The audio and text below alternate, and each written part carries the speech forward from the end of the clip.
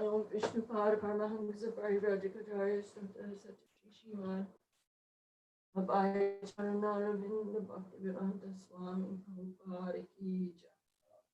Jayam Vishnu Pada Paramahamsa Parivrajakacharya Srimad Srila Bhakti Siddhanta Saraswati Thakur Prabhupada Ki Jai.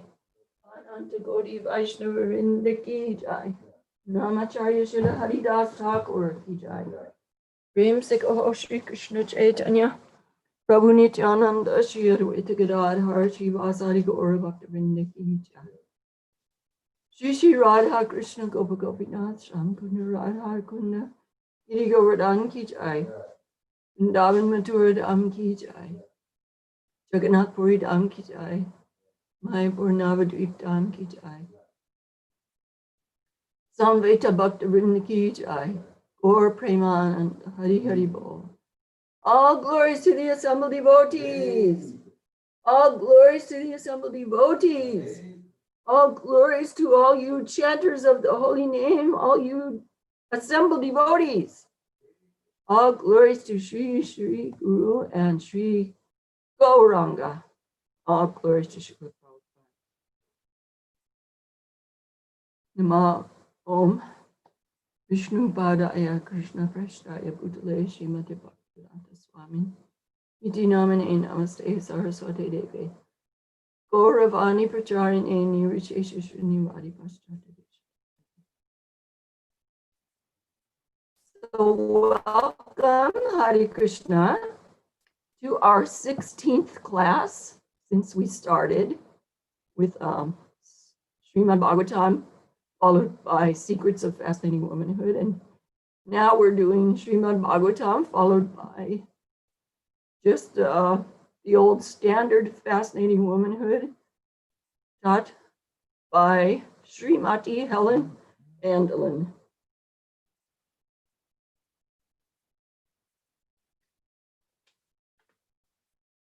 So tonight we're going to read one of the most beautiful verses for us ladies to get inspired by, and that is 7:11:29. So it's Canto 7, Chapter 11, Text 29. I'll read the Sanskrit and the word-for-word translations, and then the translation, and then you all can repeat the translation, and then I'll read the purport, and we'll go through it twice. Okay? So the Sanskrit goes like this. Yapatin hari bhavena bhajet shri iva tatpara haryatmana harer loke patya shri iva modate. A little bit of a tongue twister with those extra R's in there after the Shris. I should get Shraddha Devi to read the Sanskrit, because Shraddha studied Sanskrit. I'm sure a lot of you did. Okay, word for word synonyms. Ya, please repeat. Ya, any woman who. Patim, her husband. Haribhavena, mentally accepting him as equal to Hari, the Supreme Personality of Godhead.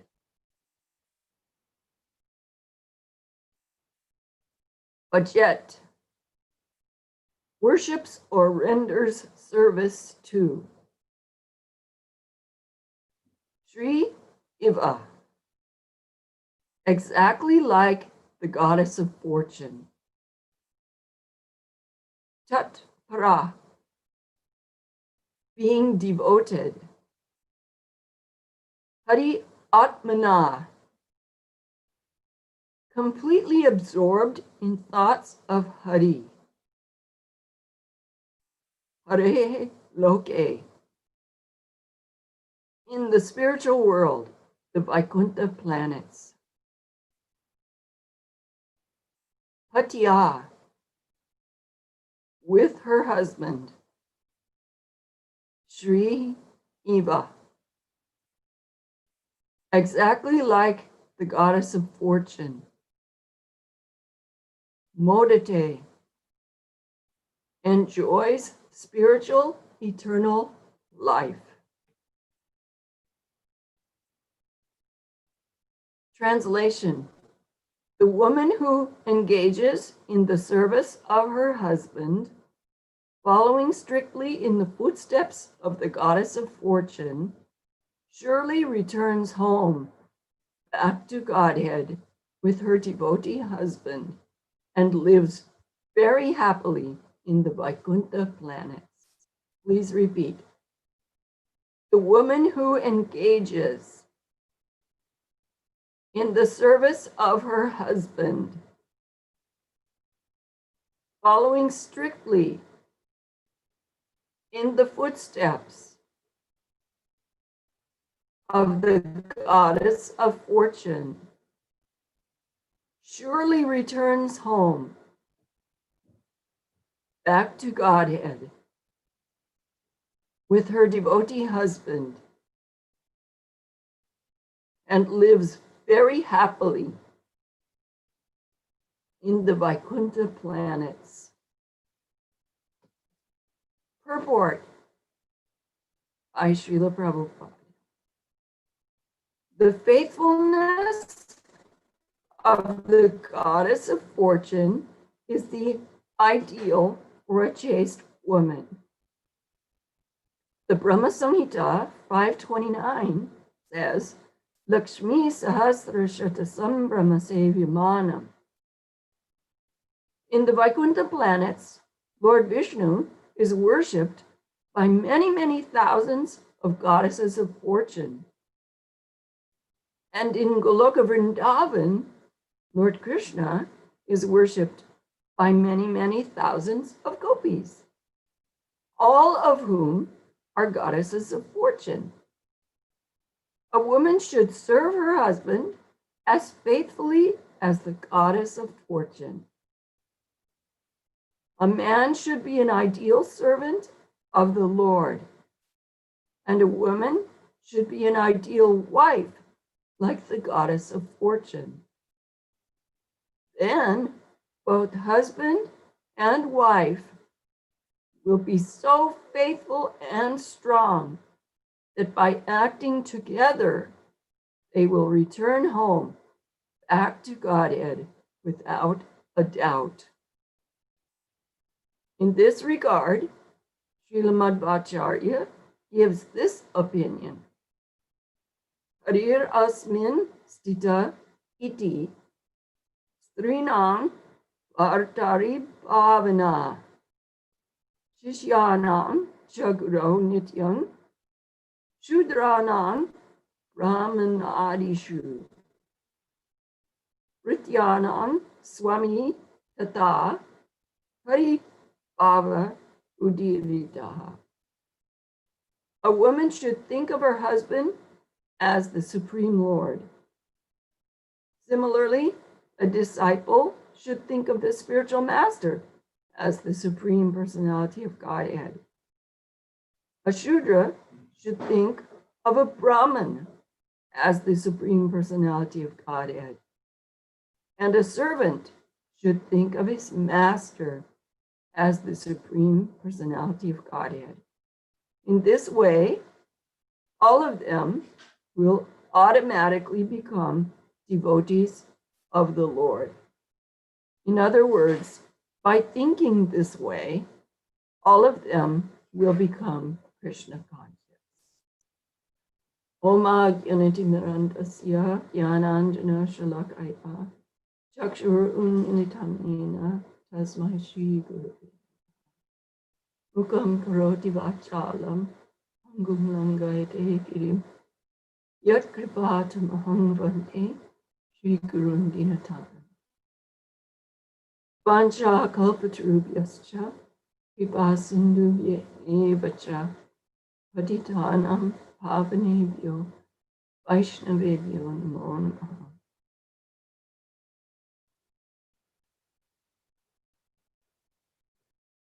So this is a lovely verse in purport. And Srila Prabhupada, when he's giving class, what he does usually is he has one of the devotees read the purport, the translation and the purport. And when they start reading the purport, he interrupts them very often. And he just starts talking. So we're trying to follow in Srila Prabhupada's footsteps.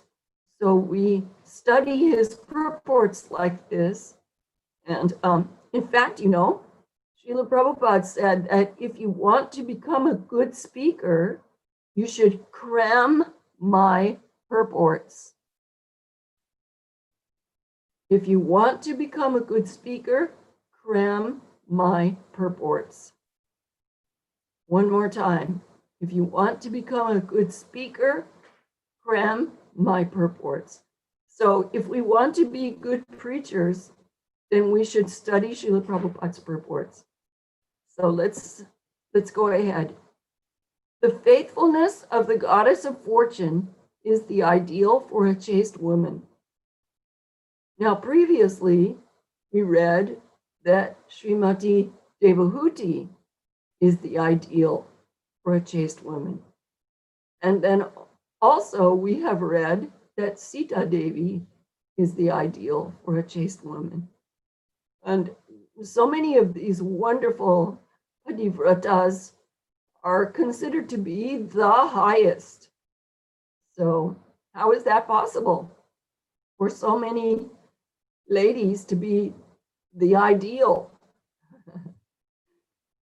Because they're Krishna's devotees, and because in the spiritual world, 1 + 1 = 2 and 1 - 1, or how does Srila Prabhupada says 1 + 1 = 2, but 1 - 1 = 1, or something like that. Anyway, it's all absolute and everything is possible in the spiritual world and in spiritual consciousness, spiritual life. So we can take the example of all of these wonderful ladies from the Bhagavatam. Just imagine how qualified they are to be spoken of in the Srimad Bhagvatam, which is the beautiful story of the personality of Godhead. And it was written by Srila Vyasadeva, who is a Shakti avatar. He's an empowered avatar of Krishna. And so these ladies who are spoken of in the Bhagavatam are highly, highly qualified, pure devotees of the Lord, and they were chosen to be examples for us. So let's go ahead. The Brahma Samhita 529 says, Lakshmi Sahasra Shatasam Brahma Sevimanam. In the Vaikuntha planets, Lord Vishnu is worshipped by many, many thousands of goddesses of fortune. And in Goloka Vrindavan, Lord Krishna is worshipped by many, many thousands of gopis, all of whom are goddesses of fortune. A woman should serve her husband as faithfully as the goddess of fortune. So in the classes that my husband and I have been listening to each afternoon, Srila Prabhupada is talking a lot about how the materialist wants so much to be the supreme enjoyer, and he keeps on trying and trying and trying. And then when he becomes completely frustrated, then he thinks, okay, well, I'm going to get rid of Krishna by merging into him so that Krishna's individuality will no longer exist. Then I can be supreme. So he thinks like this in a mistaken way. But it just, let me close my door because my husband just got a phone call.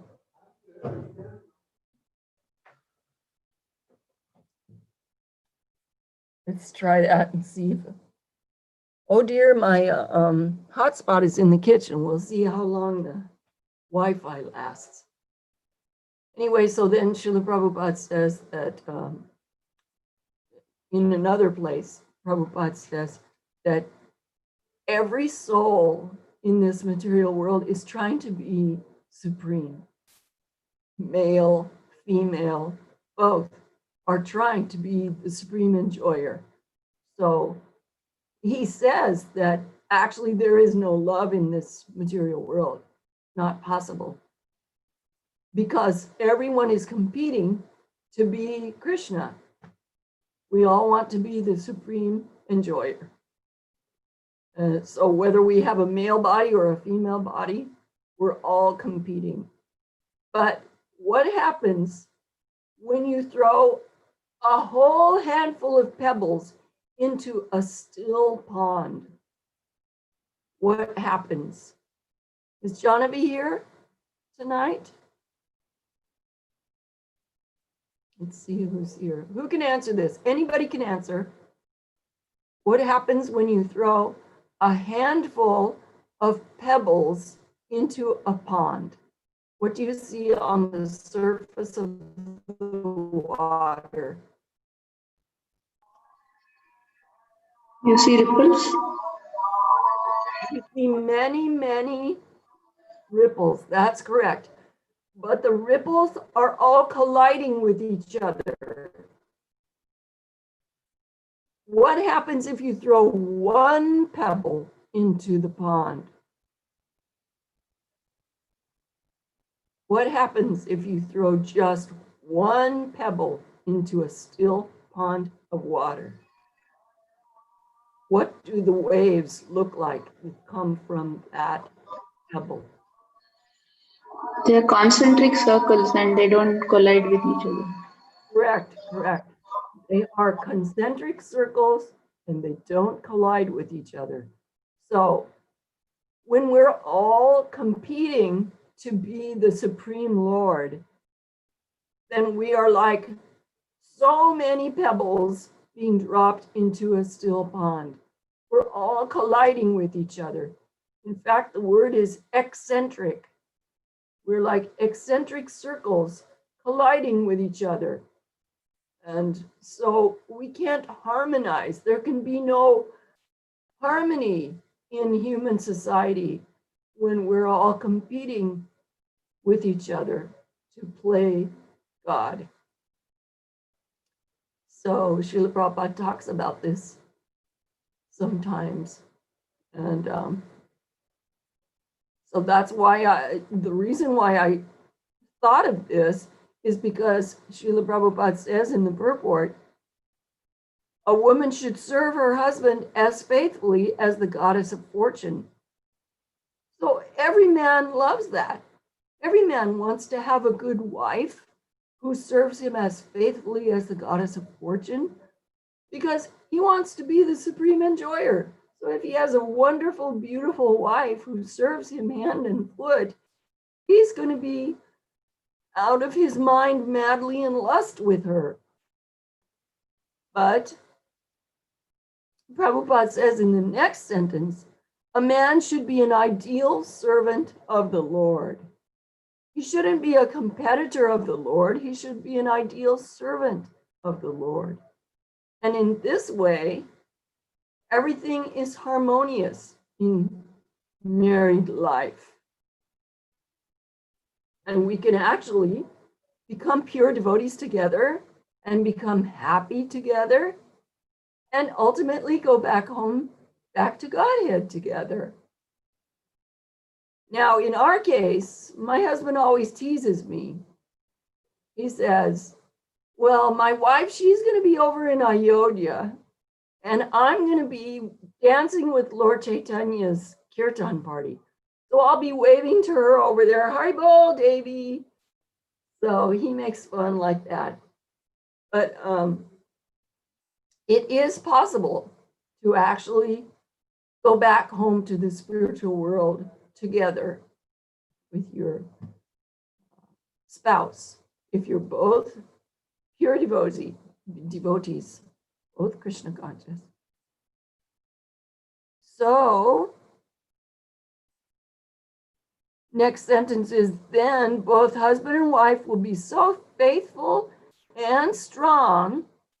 Faithful meaning not only faithful to Krishna and to Guru, but to each other as well. And strong. What kind of strength are we talking about here? We're talking about the kind of strength that we need to manifest to be able to follow the instructions of the spiritual master. Srila Prabhupada was talking today about how important it is to follow the instructions of the spiritual master, because the spiritual master is the representative of God. He has to be an acharya.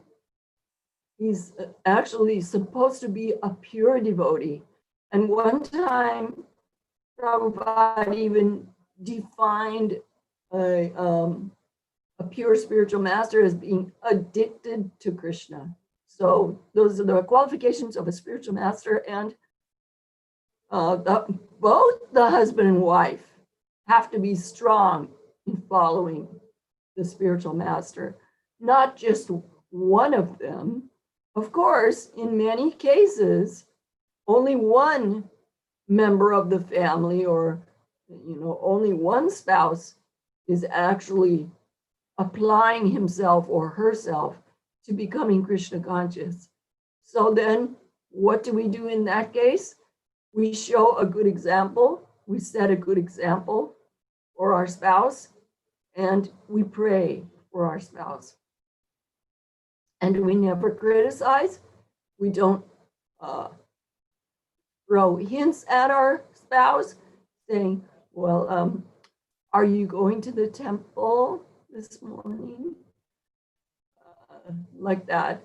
No, if they're not chanting their rounds, they're not following all the principles, they're not going to the temple, they're not associating with devotees, they know that they're supposed to chant their rounds, they know that they're supposed to go to the temple, they know that they're supposed to serve the instructions of the spiritual master as well as other Vaishnavas.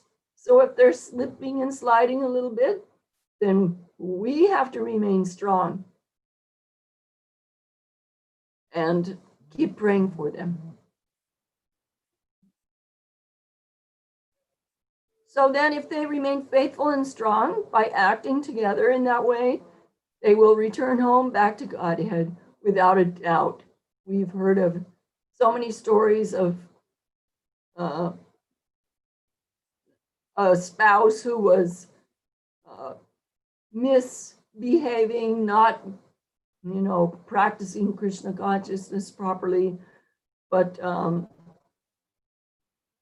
her husband or his wife was, and then later, toward the end of their life, they became convinced more strongly about Krishna consciousness and had a heartfelt renewal, and then began to practice properly and became serious.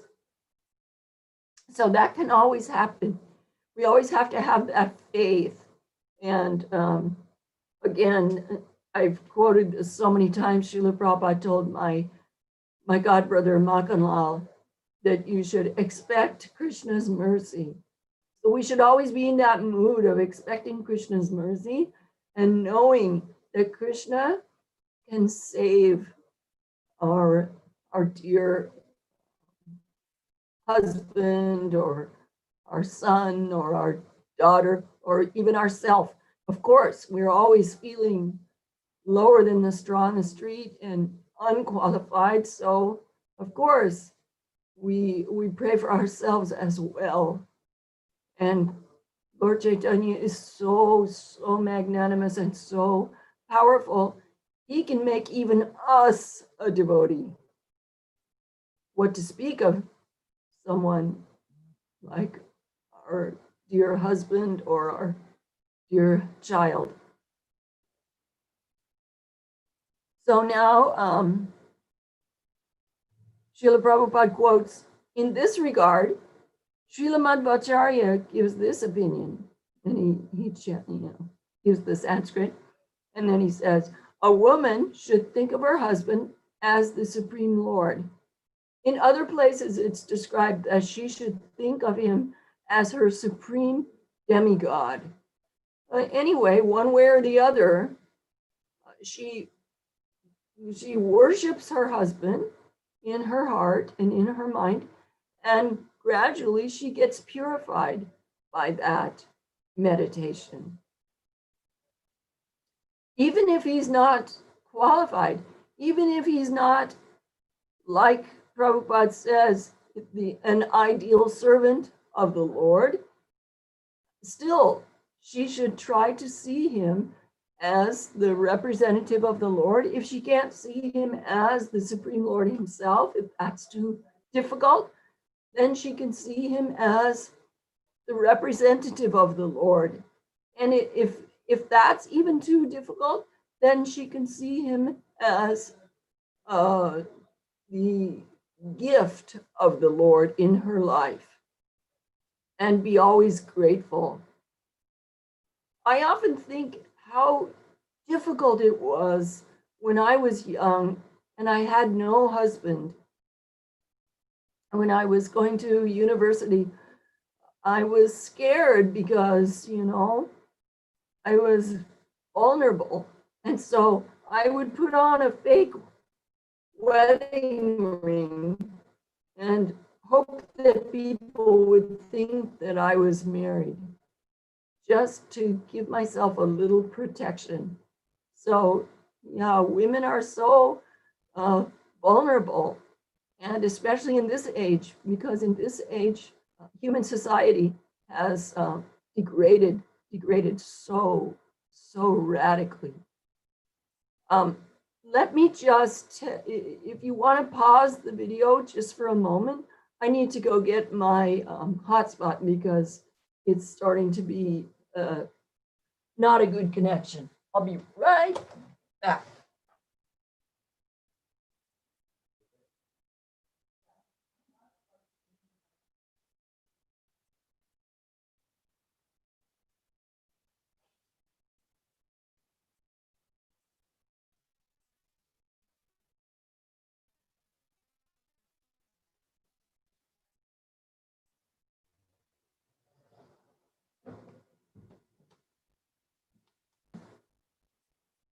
Okay, let's see if it'll work better now. So I forgot where I was, where my train of thought was going.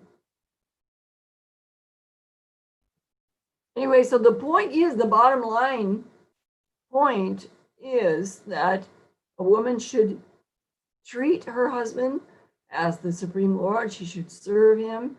And remember, that was also stated in 323.2 in the story of Devahuti, where Prabhupada, actually, it's in the verse itself, Vishrambena and Gauravena, intimacy and great respect.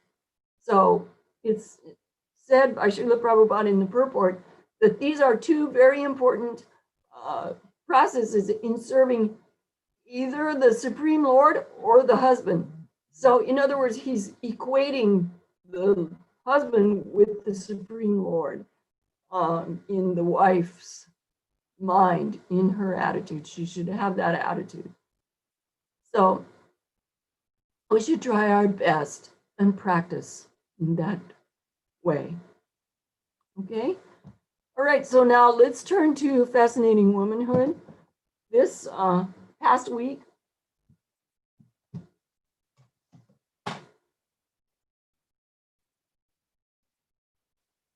our assignment was to read chapter 2.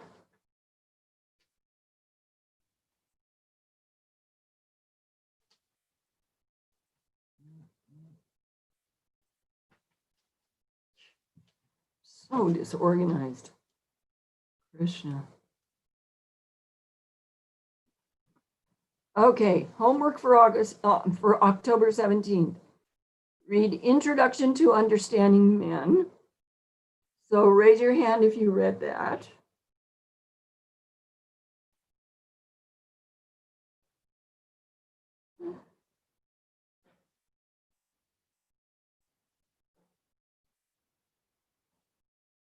Oh. Okay. And then, I'm sorry, chapter 3, not chapter 2. Okay, so Introduction to Understanding Men was the first part of the homework. And then we were supposed to read the chapter called Accept Him at Face Value. So, and then at the end of the chapter, there are 2 assignments. One is to, oh no, that was the previous chapter, right? Yeah. So in the previous chapter, there were 2 assignments at the end of the chapter. One was to write down 25 things that you like about yourself. And the other one was to make an angelic human chart. So now I'm not checking on anybody this week. If you did it, good. If you didn't do it, that's okay. You can do it now or this week if you're able to. Now, there were just a few things that I highlighted in this chapter that I'd like to share with you. And we're going to probably end early tonight again because I have to go to the hospital tomorrow morning for checking in for my surgery on Monday. So I'm going to just kind of keep it short tonight. So now there's this wonderful story in the very beginning of the chapter about how Dr. Norman Vincent Peale gave a lecture one time. And at the end of the lecture, he would generally give time for questions. So one lady stood up and she basically, she complained about her husband and she glorified herself and she asked Dr. Peale, so, what can I do? How can I get my husband to change? And Dr. Peale said with some impatience in his voice, he said, don't you know that you're supposed to accept a man as he is and not try to change him? So can you imagine how that woman felt?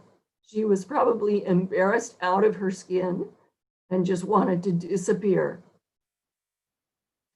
But it's a very powerful principle, and it's the basic, most important principle of Fascinating Womanhood. Then she goes on to define what acceptance means. She says, acceptance means you accept your husband for the man he is today with no changes. You accept your husband for the man he is today with no changes. If you have a Fascinating Womanhood book, make sure that you have a highlighter pen because this book is full of highlight-worthy passages.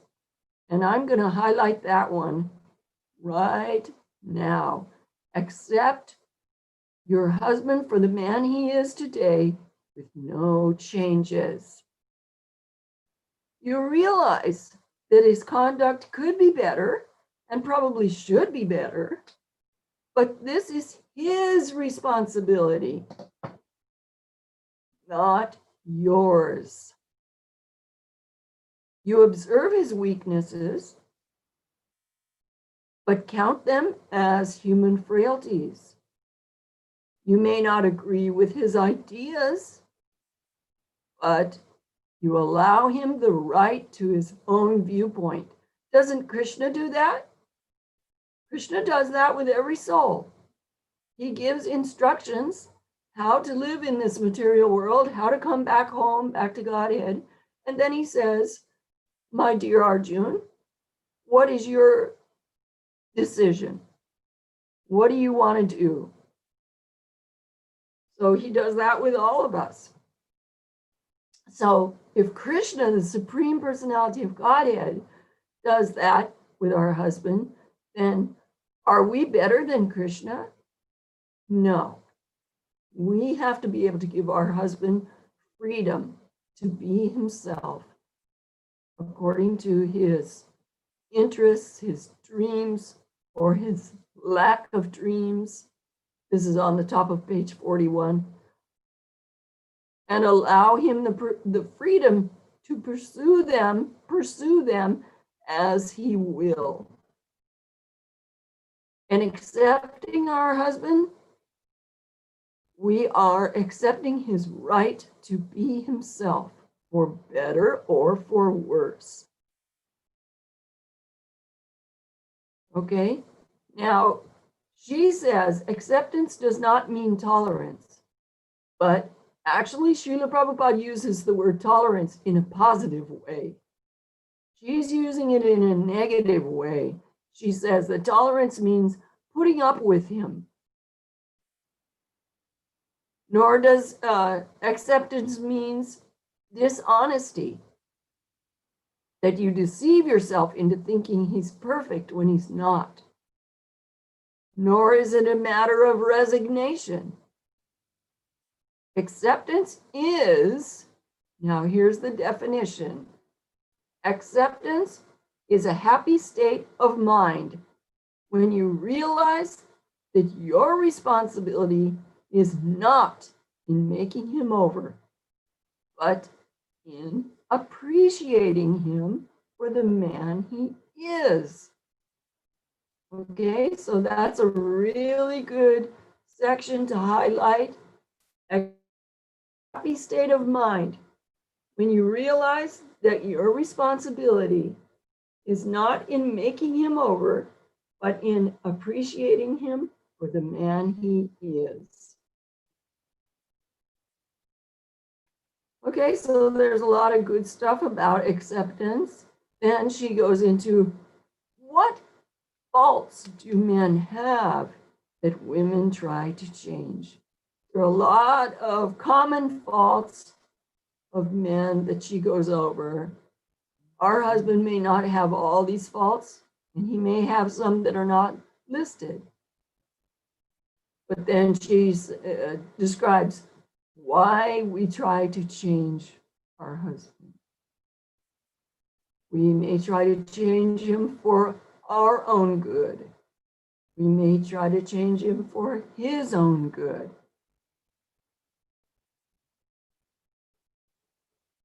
So she does explain that there are times when you can try to help your husband change, but it has to be done in a feminine way.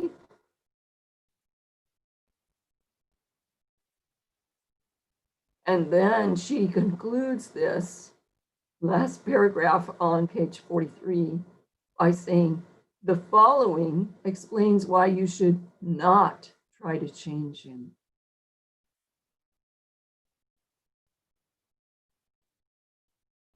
Okay, number one reason why it's not a good idea to try to change your husband. It creates discord.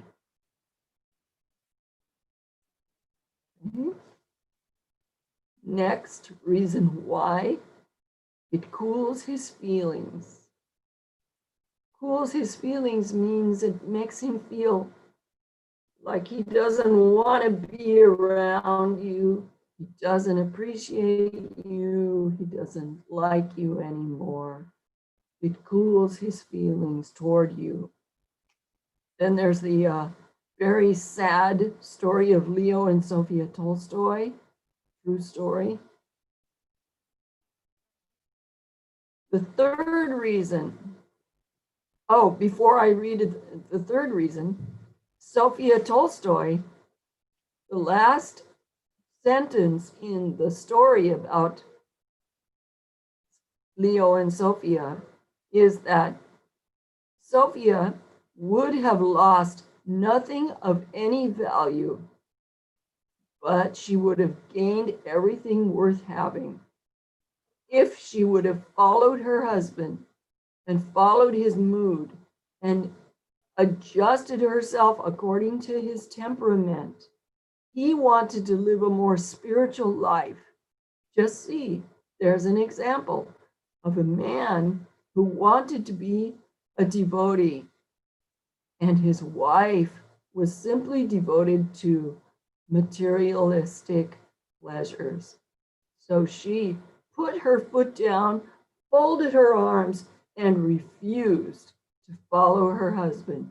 And she put on whiny tantrums until he got to the point where he did not want to even see her face anymore. So she cooled his feelings toward her. Number 3 reason why it's not a good idea to try to change your husband: it can cause rebellion in the husband. He may want to change. He may even agree with you when you make a suggestion how he should change, but he won't say it. He won't speak it because he may want to change, but he doesn't want to do it because you suggested it. He wants it to be his idea, his own idea. So we have to be careful not to push our husband, even our son. Like in this paragraph under number 3, can cause rebellion. Helen says, my son sometimes says, Mother, don't tell me to do it or I won't want to. So husbands are totally like that. They don't want us telling them what to do. If we do tell them, they will rebel. And they won't do it even if it agrees with their higher nature and they actually believe in what we're saying. They won't take advice from us. So we need to be very careful about that. And just as in the next story, it tells in a graphic way how one wife had a strong realization not to push her husband. She tried to get him to join her church, and he eventually did, but not because she pushed him and hinted at him and pulled on him and nettled him. No, he rebelled against that treatment from his wife, and instead he took it up on his own, being inspired by the preaching of a fellow man. So he told his friend, his man friend who introduced him to the church, he said, I have wanted to know more about your church, but not from my wife. So just see how men are. That's the way they are, and we have to accept that. We have to honor that. Or as Srila Prabhupada says, this must be observed. Another woman was crazy about health foods. She was always trying to eat the healthiest things herself. So when she got married, she tried to get her husband to eat healthy food as well. And he rebelled against that and became even more careless in his eating. Then another lady whom Helen cites said to her husband, when they first got married, she realized that he was into junk foods and, too many sweets and white what do they call white flour here in India? I forget, it starts with an M. Maida. Maida. So he was totally into eating things that were made with maida and white sugar. So she said to him, I know that you like to eat differently from the way I eat. Would it be okay if I cook for you the things that you like and I cook for myself the things that I like? And he said, sure, no problem. So for a long time, she cooked 2 different meals. And eventually he came over to her side and started eating in a healthy way. But that was his decision. So now part number 4 says, it doesn't work. When you try to change your husband, it doesn't work. So the last sentence, as you see, efforts to change your husband are unsuccessful. They cause marriage problems, they cool feelings, they destroy love, cause rebellion, and they don't work. They bring no change or improvement in the man. So as Srila Prabhupada would say, we have to tolerate. And we can pray for him. And what's another thing that we can do to encourage our husband to become the best man, the best devotee he can be? Who can answer?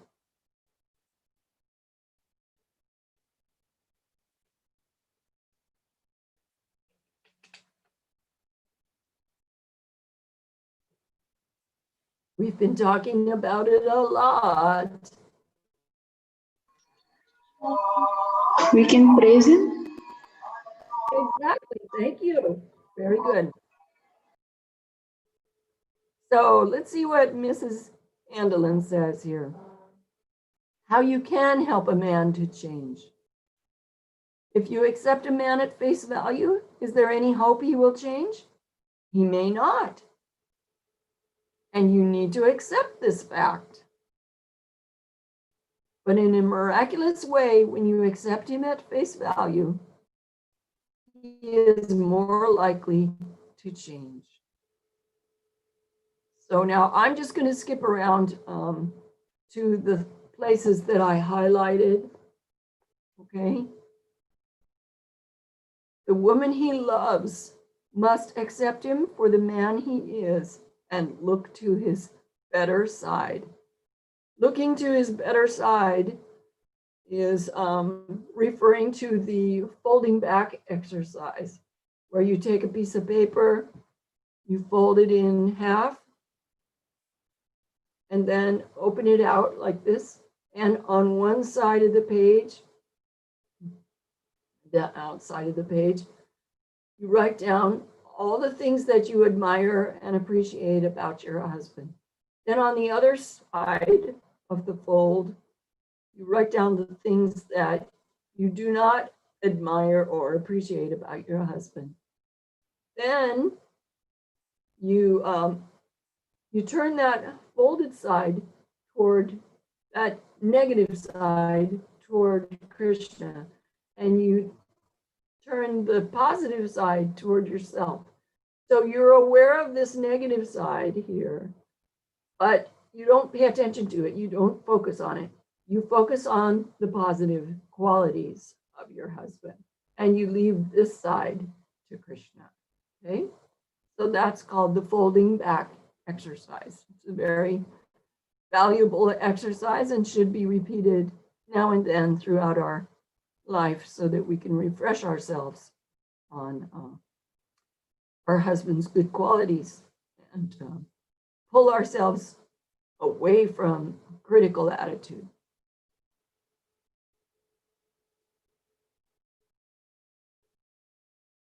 Under the subtitle, How You Can Help a Man to Change, she gives some numbered points. Number 1, give him his freedom.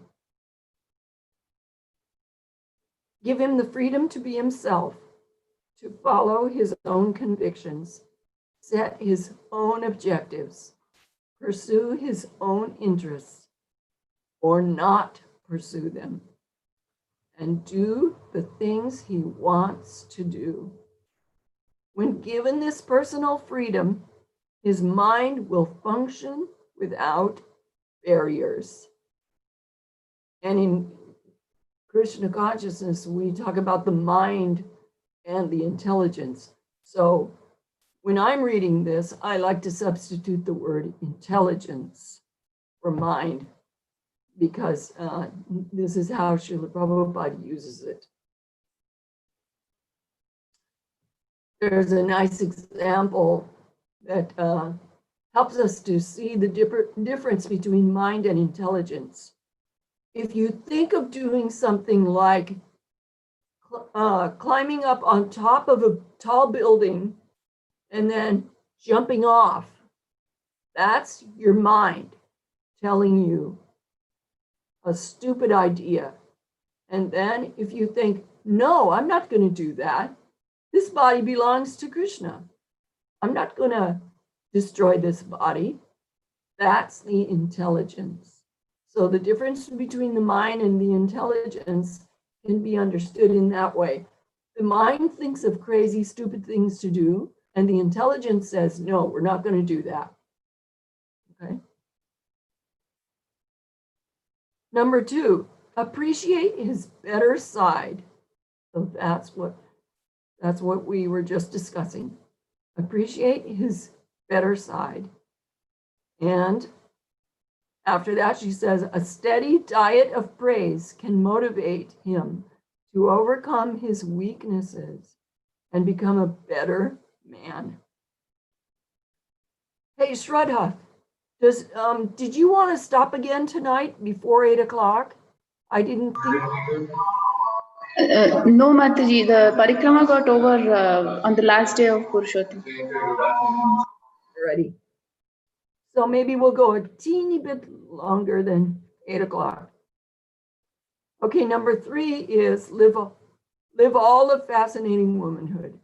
So we should study this whole book and pray to Krishna to help us live according to this Fascinating Womanhood. And in the same time, in the same thread, at the same time, we should be following the great ladies of the Bhagavatam, so that there's no disillusioned or confused by some of the things that she says in her book, because she talks a lot about celestial love and such things like that. So we know that in the material world, love is really only possible when we direct our love toward Krishna. And then we become spiritualized. We become, we regain our natural spiritual identity. Of course, loving our husband means wishing that for him as well. We want him to become Krishna's pure devotee, because when he's a pure devotee, he'll be always happy. He'll be in ecstasy all the time.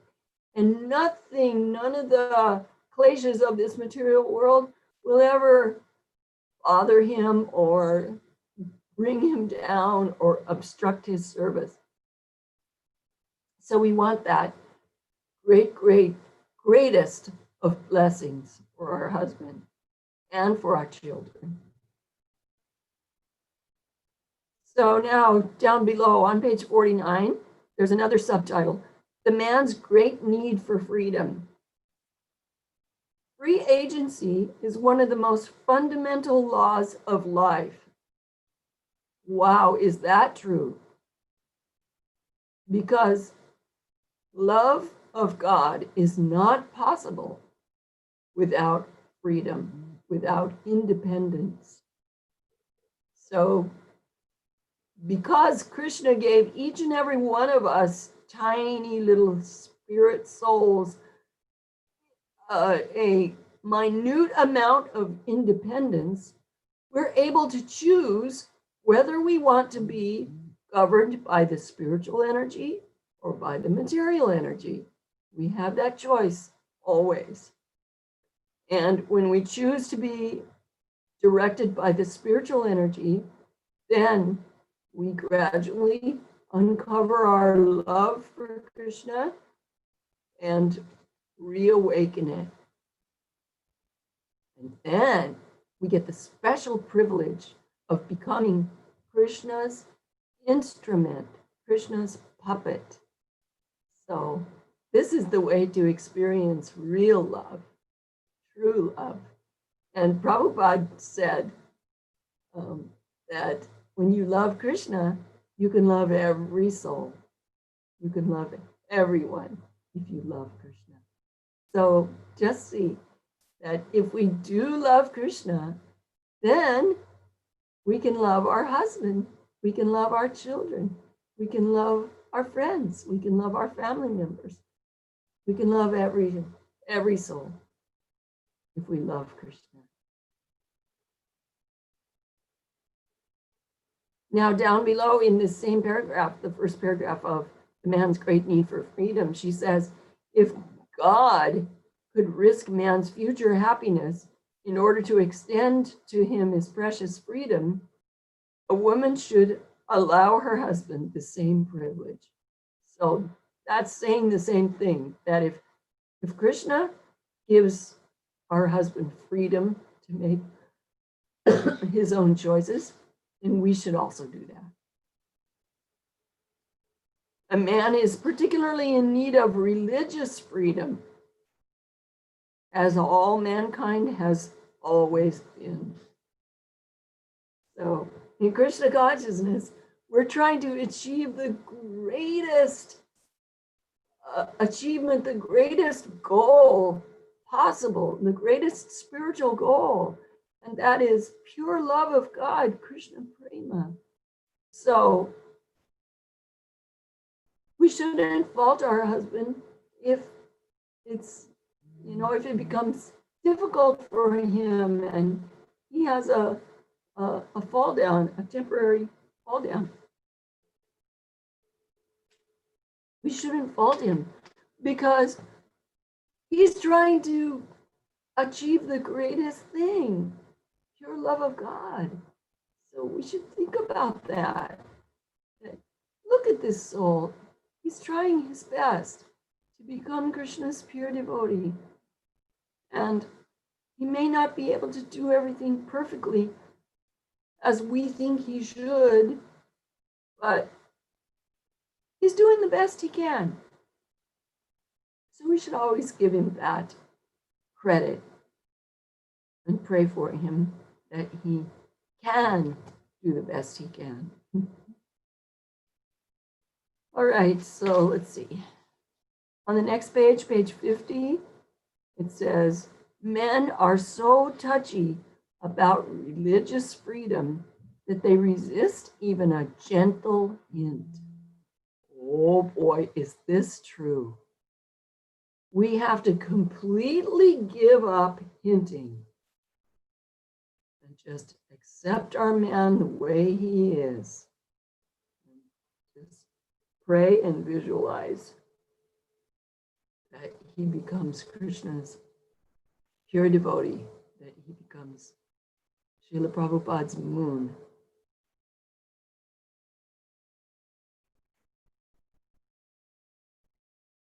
Our husband has nothing against Krishna consciousness, but if he becomes serious about practicing Krishna consciousness, he wants it to be his idea.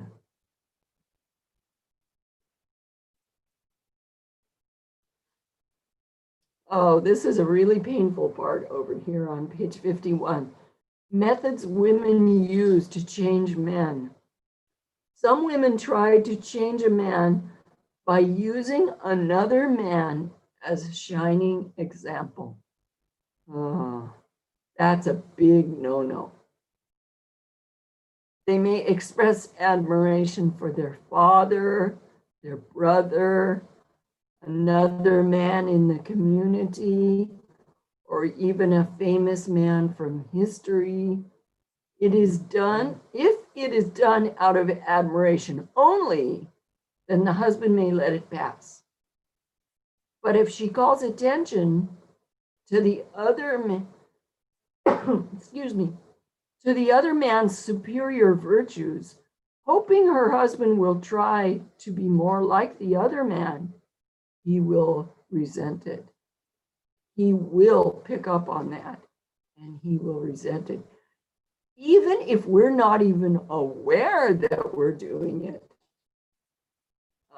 our husband can and may pick up on something that we're not even aware of in our psyche, but he may point it out to us and object to us comparing him to another man.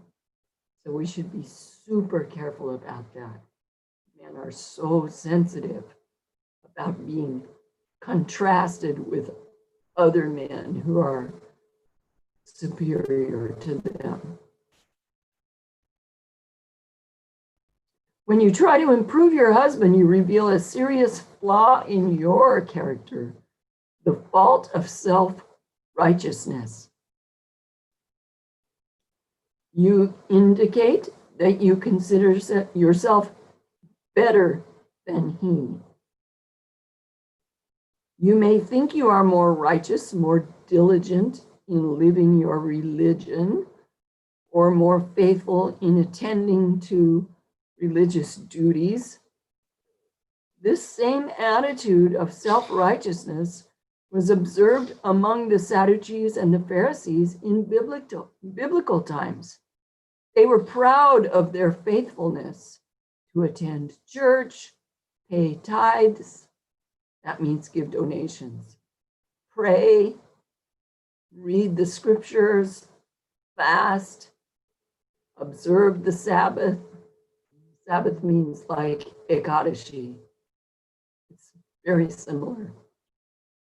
Observe the Sabbath and attend to any number of rituals. But Jesus condemned them, not for their faithfulness, but because of their self-righteous attitude about their faithfulness. So we have to be so careful not to become puffed up. Srila Prabhupada said that humility means that one does not desire to be honored by others. So that was paraphrased. I'm sorry, I can't pull it up word for word right now. But we should be so careful about seeking honor from others, and especially from our husband. If he compliments us, that's well and good. That's his choice. But not that we fish for compliments and try to get him to admire us. Okay. So she says at the bottom of page 52 that one good thing to think of the next time you are troubled about your husband's faults is to say to yourself, he has this fault, but he's better than me in other ways. So this is a very good practice to train the mind to stop thinking in a critical way. That he may have a fault, but he's better than me in other ways. And it's true. Okay, so that's all the underlining I did, or the highlighting that I did for this time. Assignment. First, read the rules for acceptance. Number 1, get rid of self-righteous attitudes. These are at the back of the chapter. Go through all 7 of those. And then the assignment is list his faults. Make a list of your husband's faults which annoy you, things you find difficult to accept. It is best to face this honestly. You need to know what you must accept. Save this list. Later, if your marriage becomes troublesome, refer to the list to see if you are failing to accept something. So that's a really long-term assignment. You make the list and then you keep it. And what I like to do with these lists is I like to offer it at Krishna's lotus feet. And then I like to hide it in a secret place so that only I know where it is and nobody else gets to read it. And then some months or years down the road, I find it, I discover it in my secret box somewhere in my closet or on a shelf, and I read it and I see, oh, just see, Krishna has acted in my life in such a nice way that this is no longer true. No, my husband is so responsible in this way, or whatever. Even if there's no change, we can see a change in ourselves, that we've learned to accept him better over the years. So it's a good idea to hang on to these lists and look at them again a few years down the road. Okay, we've done this icebreaker before. It was in the assignments for Secrets of Fascinating Womanhood. Say something like, yeah, I have not understood you in the past, and I've made many mistakes. But I'm glad you've not allowed me to push you around. You've not been like putty in my hands, but have had the courage of your convictions. Will you forgive me for not understanding you and let me prove to you that I can be a wonderful wife? So you can change those words to suit, so that they sound like they're genuine. And if it's too embarrassing to say it out loud to him, you can write something to him. So you may feel insincere in telling him these things because your critical attitudes may not have disappeared, but do tell him and look to his better side. When you do, your acceptance will become easier, more natural, more sincere, and will continue to grow. And then she tells to make a love booklet. She says, make or buy a little love booklet to write down loving things your husband says or does as you begin to apply the principles of Fascinating Womanhood. Write down any favorable reaction to the above assignment. So now she gives a little final paragraph or a final thought. She says, acceptance is the most fundamental principle taught in Fascinating Womanhood.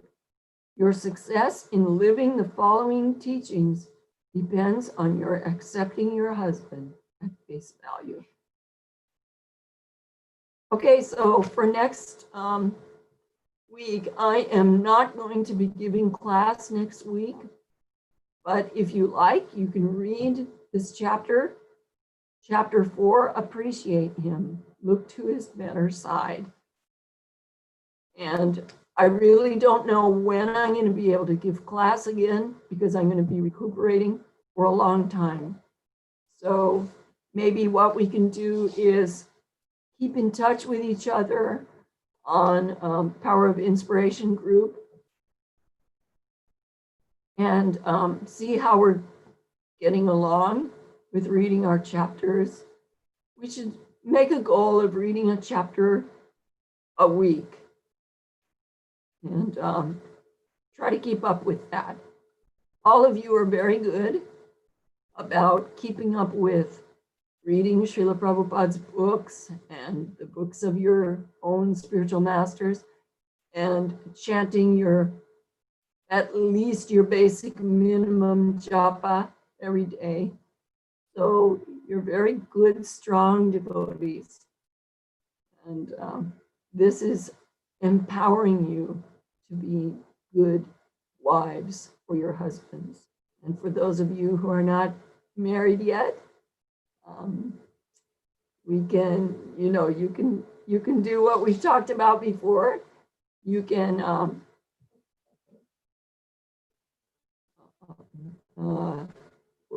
what do you call it?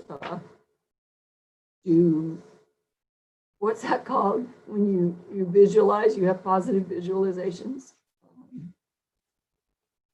I can't think of the word. Positive affirmations. Positive affirmations. So the way I do positive affirmations, and try to teach this to others as well, is you get a piece of paper or you do it on Word, you type it on Word. You first write a prayer of glorification to the Supreme Lord. And my favorite prayer is the last prayer of Queen Kunti. It's so beautiful. And Prabhupada says in the purport that this is a description of the Supreme Lord. Very, very nice description. So that's the first step. And the second step is you state your desire. So you can say something like, "My dear Lord Krishna, I really want to have a nice devotee husband," or whatever you want to say. And then after that, then you start putting that into positive affirmation form. Number one, "My dear Lord Krishna, if you so desire, please bless me with a nice devotee husband." So that's the first kind of prayer that you say after you say the prayer of glorification, and then state your wish to the Lord. Then you start out, number one, asking the Lord to please fulfill your desire if he so desires. Number two, you say, "My dear Lord Krishna, I see that you give me a very nice devotee husband." Number three, "My dear Lord Krishna, I thank you for giving me a very nice devotee husband." So first is supplication. Second is visualization. And third is gratitude. And then you write positive outcomes. What are the positive outcomes of Krishna having answered your prayer? And you think of all the things that are auspicious in your marriage. That you're very attracted to your husband, he's attracted to you, and, you're very compatible, harmonious with each other, you get along great, you're serving your spiritual master together very, very enthusiastically. Just nice things like that.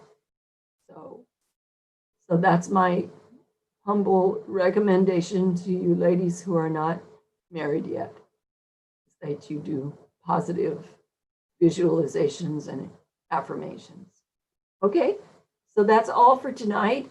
And if anybody has a question or a comment or an experience they'd like to share, please share it on Power of Inspiration group. Thank you, everyone, for your blessed, valuable association. I'm so grateful to know all of you. And Thank you so much for being here tonight. Hare Krishna.